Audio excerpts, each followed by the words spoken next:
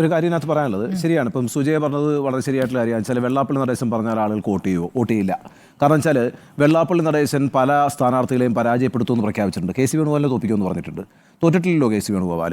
മാത്രമല്ല K C Venugopal Vellappally നടേശൻ്റെ വീട്ടിൽ പോയി അദ്ദേഹത്തിൻ്റെ പിന്തുണ ആവശ്യപ്പെട്ടിട്ടുമില്ല കേട്ടോ. അങ്ങനെ ആവശ്യപ്പെടാത്ത നേതാവാണ് K C Venugopal. V M സുധീരനെ ആലപ്പുഴയിൽ തോപ്പിക്കുമെന്ന് പറഞ്ഞു. വി എം സുധീരൻ വിജയിച്ചു വരികയാണ് ചെയ്തത്. വി എം സുധീരനും വെള്ളാപ്പള്ളി നടേശനും നേർക്കുനേർ നോക്കിയാൽ എതിരാളികളായി നിന്നിട്ടുണ്ട്. സുഖമായിട്ട് വി എം സുധീരൻ അവിടെ വിജയിച്ചു വന്നിട്ടുണ്ട്. അതുകൊണ്ട് വെള്ളാപ്പള്ളി നടേശൻ പറയുന്ന കണക്കല്ല. ഇപ്രാവശ്യം വെള്ളാപ്പള്ളി നടേശൻ്റെ പിന്തുണ ശോഭാ സുരേന്ദ്രനായിരുന്നല്ലോ, ജയിച്ചത് കെ സി വേണുഗോപാലാണ്. പക്ഷേ വോട്ട് വർദ്ധിച്ചു. ആ വോട്ട് വർധന എന്ന് പറയുന്നത് വെള്ളാപ്പള്ളിയുടെ നിയന്ത്രണത്തിൽ നടക്കുന്ന ഒരു കാര്യമല്ല എന്നാണ് ഞാൻ ഈ പറഞ്ഞുകൊണ്ടിരിക്കുന്നത്. വെള്ളാപ്പള്ളി ഇനി ആഗ്രഹിച്ചാലും SNDP യോഗത്തിൻ്റെ അല്ലെങ്കിൽ ഈഴവ് വിഭാഗത്തിനകത്ത് വന്നിരിക്കുന്ന ഒരു ആശയപരമായ മാറ്റത്തെ വെള്ളാപ്പള്ളിക്ക് തടഞ്ഞു നിർത്താൻ കഴിയില്ല. ഇവിടെ CPM പ്രത്യേകിച്ച് ഇടതുപക്ഷത്തിന് ചില വീഴ്ചകൾ സംഭവിച്ചിട്ടുണ്ട് എന്നുള്ളത് നമ്മൾ കാണാതെ പോയത്. ഇപ്പോൾ ഉദാഹരണത്തിന് ശബരിമല വിഷയം എന്ന് പറയുന്നത് വളരെ നിർണായകമായിരുന്നു. ഇപ്പം ശബരിമല വിഷയത്തിൽ ഇടതുപക്ഷ സർക്കാർ എടുത്ത നിലപാട് വിശ്വാസികളെ ഹർട്ട് ചെയ്തിട്ടുണ്ട്. അത് ആ പാർട്ടി തിരിച്ചറിഞ്ഞിട്ടുമുണ്ട്. ഇപ്പോൾ മറുവശത്ത് നോക്കൂ, ഓർത്തഡോക്സ് യാക്കോബായ വിഭാഗങ്ങൾക്കിടയിൽ പള്ളിത്തർക്കം നിലനിന്നിരുന്നല്ലോ. ഓർത്തഡോക്സ് വിഭാഗത്തിന് അനുകൂലമായിട്ടല്ലേ സുപ്രീം കോടതി വിധിച്ചത്? ഈ നിമിഷം വരെ ഏതെങ്കിലും ഒരു പള്ളി ഓർത്തഡോക്സിന് കിട്ടിയിട്ടുണ്ടോ? കിട്ടിയിട്ടില്ല. ആ കാര്യത്തിൽ കാണിച്ച സാവധാനത അല്ലെങ്കിൽ ആ കാര്യത്തിൽ കാണിച്ചിട്ടുള്ള ഇടപെടലിൽ നിന്ന് തികച്ചും ഭിന്നമായൊരു രീതിയാണ് ശബരിമല കാര്യത്തിൽ എടുത്തത്. ശബരിമല കാര്യത്തിൽ എടുക്കുമ്പോൾ അതൊക്കെ വളരെ പ്രോഗ്രസീവായൊരു പൊസിഷനാണെന്ന് പറയാമെങ്കിലും നമ്മൾ പാർലമെൻ്ററി ജനാധിപത്യത്തിൽ നിൽക്കുന്ന ആളുകളാണ്.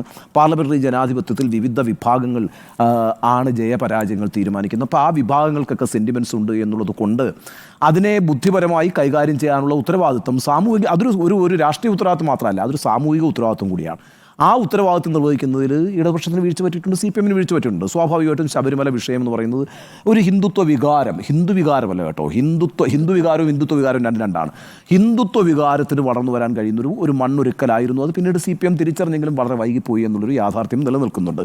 മാത്രവുമല്ല, ഈ ഈഴവ പിന്നാക്ക വോട്ട് ബാങ്ക് എന്ന് പറയുന്നത് ഒരു ഫിക്സഡ് ഡെപ്പോസിറ്റ് ആണെന്ന് CPM വിചാരിക്കുന്നു. അവിടെയാണ് പ്രശ്നം. അപ്പോൾ പിന്നെ ന്യൂനപക്ഷ വോട്ടുകളൂടി ഇങ്ങോട്ട് സമാഹരിച്ച് കഴിഞ്ഞാൽ കൃത്യം സോഷ്യൽ എഞ്ചിനീയറിംഗ് ആയി. ആ സോഷ്യൽ എഞ്ചിനീയറിംഗ് അതുപോലെ തന്നെ ഇപ്പം കേരള കോൺഗ്രസിൻ്റെ ജോസ് കെ മാണി ഇപ്പുറത്ത് വന്നതോടുകൂടി ക്രിസ്ത്യൻ വോട്ട് വരുന്നു.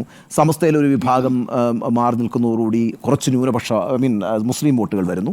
ഈഴവ പിന്നാക്കാതി ദളിത് വിഭാഗങ്ങളുടെ വോട്ടുകൾ ഓൾറെഡി അവർക്ക് ഒരു ഫിക്സഡ് ഡെപ്പോസിറ്റ് ആയിട്ട് നിൽക്കുന്നു. കുറച്ച് നായർ വോട്ട് കൂടി സമാഹരിക്കുകയാണെങ്കിൽ വണ്ടർഫുൾ ആയിട്ടുള്ള ഒരു സോഷ്യൽ എഞ്ചിനീയറിംഗ് ആണ്, ഗംഭീര വിക്ടറി ഉണ്ടാവും.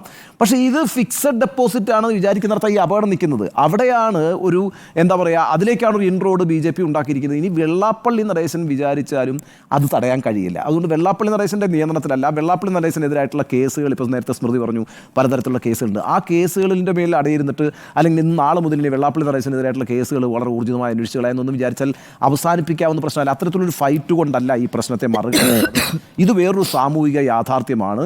ആ സാമൂഹിക യാഥാർത്ഥ്യം രണ്ട് തരത്തിലാണ്. ഒന്ന് ആശയപരമായി സംഭവിച്ചിരിക്കുന്നു, രണ്ട് ആശയപരമായി സംഭവിക്കുന്നതിന് വെള്ളാപ്പള്ളിക്ക് നല്ല പങ്കുണ്ടല്ലോ. അല്ല, വെള്ളാപ്പള്ളിയുടെ പങ്കിനേക്കാൾ കൂടുതൽ സ്മൃതി നമ്മൾ മനസ്സിലാക്കേണ്ടത് സമത്വ മുന്നേറ്റ യാത്ര കാസർഗോഡ് നിന്ന് ആരംഭിച്ച് തിരുവനന്തപുരത്ത് 2015 അവസാനിപ്പിക്കുമ്പോഴേ ഈ സമത്വ മുന്നേറ്റ യാത്രയുടെ യഥാർത്ഥ സംഘാടകർ ശാഖായോഗങ്ങളൊന്നുമല്ല, SNDP യോഗമൊന്നുമല്ല. അവരങ്ങനെ വിചാരിച്ചാൽ അത്ര വലിയ ഒരു പരിപാടി സംഘടിപ്പിക്കാനുള്ള അങ്ങനെയൊന്നും പറ്റുന്ന നെറ്റ്വർക്കിംഗ് അവർക്കില്ല.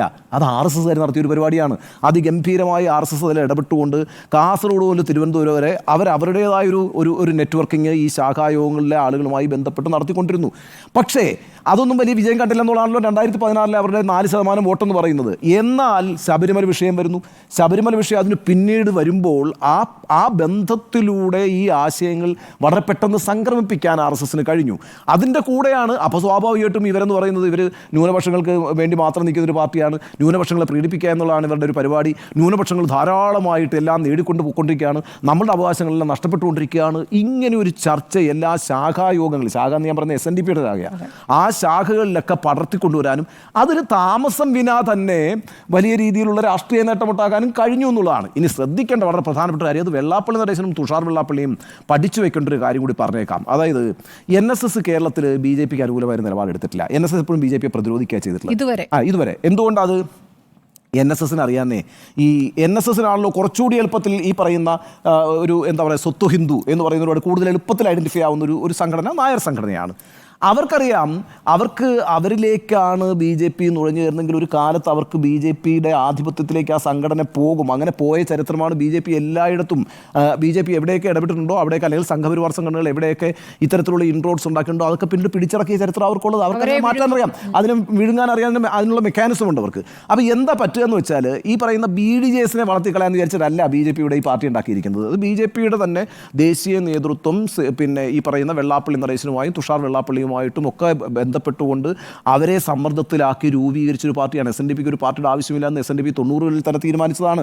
അത് ഒരു പാർട്ടിയില്ലാതെ നിൽക്കുന്നതിൻ്റെ ഗുണഭോക്താക്കൾ കൂടിയായിരുന്നു SNDP എന്ന് ആലോചിക്കണം. കാരണം വെച്ചാൽ തരാതരം പോലെ പിന്തുണയ്ക്കാമല്ലോ. അധികാരത്തിലേക്ക് ഇപ്പോൾ ഉമ്മൻചാണ്ടിയാണ് ഏറ്റവും നല്ല മുഖ്യമന്ത്രി എന്ന് പറയും. ആ സമയത്ത് പിണറായി വിജയൻ പാർട്ടി സെക്രട്ടറി ആണെങ്കിലും വെള്ളാപ്പള്ളി പറയത്തില്ല പിണറായി കറക്റ്റായിട്ടുള്ളൊരു നേതാവാണെന്ന് പറയില്ല. പിണറായി മുഖ്യമന്ത്രിയാകുമ്പോൾ കേരളത്തിലെ ഏറ്റവും വലിയ മുഖ്യമന്ത്രിയാണ് പിണറായി എന്ന് പറയും. അടുത്ത തവണ പിണറായിക്ക് പിന്നെ വീണ്ടും സീറ്റ് കിട്ടുമെന്ന് പറയും. ഇനിയിപ്പോൾ VS അച്യുതാനന്ദൻ തനിക്കെതിരെ മൈക്രോ ഫിനാൻസിൻ്റെ ഒക്കെ പേരിൽ കേസ് എടുത്തിട്ടുണ്ട് എങ്കിലും VS അച്യുതാനന്ദനാണ് അധികാരത്തിലിരിക്കുന്നതെങ്കിൽ VS ഗംഭീരാണെന്ന് പറയും. ആ രീതിയിൽ തരാതരം പോലെ നിലപാടെടുത്തുകൊണ്ടാണെന്നേ ഈ പറയുന്ന SNDP നിന്നിട്ടുള്ള അതിൻ്റെ ഗുണഭോക്താക്കളും അതുകൊണ്ട് പിടിച്ച് വിട്ടാവുന്ന കാര്യങ്ങളൊക്കെ കിട്ടും. ഇപ്പോഴും നവോത്ഥാന സമിതിയുടെ അധ്യക്ഷൻ തന്നെയാണല്ലോ അല്ലേ വെള്ളാപ്പള്ളി നടേശൻ. NSS ഇങ്ങനെ തന്നെയാണ്. NSSും ഈ പറയുന്ന ഭൂരിഭാഗം സന്ദർഭങ്ങളിലും അവരെപ്പോഴും പിന്നെ ഐക്യമുന്നണിക്കൊപ്പമാണ് UDF-നൊപ്പമാണ് നിലനിന്നിട്ടുള്ളതെന്നുള്ളത് യാഥാർത്ഥ്യമാണ്. എങ്കിലും അവരവരുടെ അവകാശങ്ങൾ ഇടതുപക്ഷ സർക്കാരിൽ നിന്ന് പിടിച്ചു വാങ്ങുന്നതിൽ ഒരു വീഴ്ചയും വരുത്തിയിട്ടുള്ള സംഘടനയല്ല. പക്ഷേ ബുദ്ധിപരമായിട്ട് NSS ചെയ്തിട്ടുള്ള കാര്യം BJP അങ്ങോട്ടൊരു ഇൻറോഡ് ഉണ്ടാക്കാൻ അനുവദിച്ചിട്ടേ ഇല്ല എന്നുള്ളതാണ്. BJP നേതാക്കൾക്കൊന്നും പെരുന്നേരെ NSS ആസ്ഥാനത്ത് കയറി ഇറങ്ങാൻ കഴിയില്ല. കാരണം അത് ഭാവിയിൽ അവരെ അപകടപ്പെടുത്തുമെന്നും നല്ല ബോധ്യമുണ്ട്. ഇവിടെ BDJS എന്ന് പറയുന്ന സംഘടന ഉണ്ടാക്കി കഴിഞ്ഞിട്ട് ആ സംഘടനയിലൂടെയുള്ള നുഴഞ്ഞുകയറ്റത്തിലൂടെ ശാഖായോഗങ്ങളിലേക്ക് ആ ആശയം ഹിന്ദുത്വ ആശയം പ്രചരിപ്പിക്കുമ്പോൾ ശ്രദ്ധിക്കേണ്ട ഒരു കാര്യം BDJS അല്ല യഥാർത്ഥത്തിൽ BJPയുടെ ലക്ഷ്യം. BDJSനെ വളർത്തുക എന്നുള്ളത് BJPയുടെ ആവശ്യവുമല്ല. മറിച്ച് SNDP എന്ന് പറയുന്ന സംഘടനയെ പിടിക്കുക എന്നുള്ളത് തന്നെയാണ്. അതൊരു ഭാവി പ്രോജക്റ്റാണ്, അതൊരു ലോങ് ടേം പ്രോജക്റ്റാണ്. ഇപ്പോൾ BDJS ആണെങ്കിൽ എപ്പോഴും ദീർഘകാല പദ്ധതികൾ വെച്ച് RSS പ്രവർത്തിക്കാന്നേ. 1925 RSS എന്ന് പറയുന്ന സംഘടന ഉണ്ടാകുമ്പോൾ 2025 ഈ പറയുന്ന BJP അതിശക്തമായ നാഷണൽ പാർട്ടിയാണ്. അത് ഭരിച്ചുകൊണ്ടിരിക്കുകയാണ്. ഇപ്പോൾ കഴിഞ്ഞ തെരഞ്ഞെടുപ്പിൽ ജനം മറിച്ചൊരു വിധി എഴുതിയതുകൊണ്ടാണ്. ഇല്ലെങ്കിൽ ഈ പറയുന്ന എന്തൊരു തകർച്ചയായിരിക്കും ഇന്ത്യയിലെ മറ്റ് രാഷ്ട്രീയ പാർട്ടികൾക്കൊക്കെ. അപ്പോൾ ആ അർത്ഥത്തിൽ വലിയ ലോങ് ടേം പ്രോജക്റ്റാണ് ഈ പറയുന്ന SNDP പിടിക്കുക എന്നുള്ളത്. അതുകൊണ്ട് ഈ വെള്ളാപ്പള്ളി നടേശനെ സംബന്ധിച്ചിടത്തോളം, തുഷാർ വെള്ളാപ്പള്ളിയെ സംബന്ധിച്ചിടത്തോളം കുറേയൊക്കെ നിയന്ത്രണം കയ്യിൽ നിന്ന് SNDPയുടെ നേതൃത്വത്തിൽ ഇരിക്കുന്നു എന്ന് പറയുമ്പോൾ തന്നെ ശാഖകളിൽ അവരുടെ ആശയങ്ങൾക്ക് അല്ലെങ്കിൽ അവരുടെ നിയന്ത്രണങ്ങൾക്ക് ഒരു തിരിച്ചടി ഉണ്ടായിക്കൊണ്ടിരിക്കുന്നു എന്ന യാഥാർത്ഥ്യം കൂടിയുണ്ട്. അതാണ് ഈ പറഞ്ഞത്. അതുകൊണ്ടാണ് ഈ പറഞ്ഞത് CPM അത് വളരെ ഗൗരവത്തോടെ എടുക്കണം എന്നുള്ളത്.